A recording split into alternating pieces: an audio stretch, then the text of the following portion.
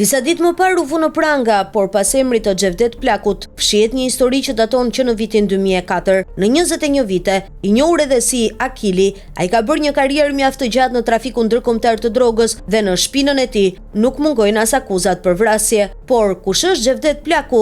Xhevdet Plaku, i njohur me nufkën Akili, ka qenë shënjestra e Recep Arapit për ta ekzekutuar për vrasjen e shqiptarit që kishte plot 25 identitete. Ishte ndërhyrë edhe ish shefi i komisariatit të Shiakut, Dedan Gjoni, por ende nuk dihet se përse donte Kep Arapi që të eliminonte Plakun, i cili cilësohet edhe si kreu i një grupi të trafikut ndërkombëtar të drogës, të cilin e drejtonte nga Amsterdami. Bazuar në hetimet e agjensive të huaja, pakove të drogës, u vinte emra luksi sipas markave të njohura të modës në bazë të cilësisë së mallit. Kokaina më e pastër quhej Hermes, pastaj vinte Lacoste, G4, Rolls-Royce e Playboy, një nga përgjimet e kryera nga hetuesit, çuan në zbulimin e kartelit shqiptar që importonte nga Olanda e Belgjika në Brescia tonelata droge, por kjo nuk ishte ngjarja e parë për cilën hetohej. Plaku ishte ekstraduar nga Italia në Shqipëri për shkak se dyshohej se ishte autori i vrasjes së Sajmir Sinës në 11 qershor të vitit 2004, ngjarje për cilën fillimisht u dënua me 21 vite e 6 muaj burg. Vrasja ndodhi në lagjen numër 15 në zonën e Spitallës, e gjitha pasi Sina, duke e ditur se Plaku kishte të dashur shtetasen Nertila K, e duke përfituar dhe nga njohja personale me këtë vajzë, i kishte propozuar për ta çuar në mënyrë ilegale në Itali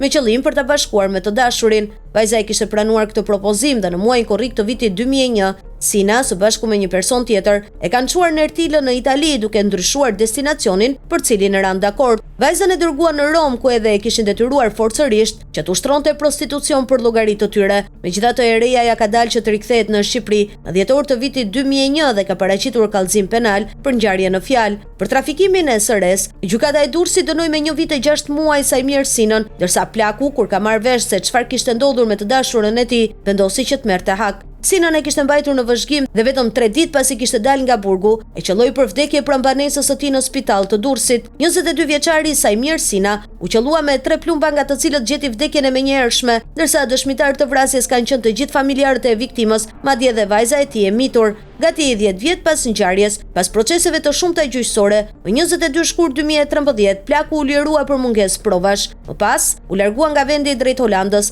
atje ku ngriti perandorinë e tij të trafikut të drogës, por Plaku u vu në pranga dhe u ekstradua në Itali. Aty u arratis nga burgu i Barkaliones në janar të këtij viti. 45 vjeçaria kishte dalë që të rikthehej në Shqipëri dhe teksa darkonte në një restorant në Gjirin e Lalzit, u surprizua nga forcat Renea dhe u vu sërish nën pranga.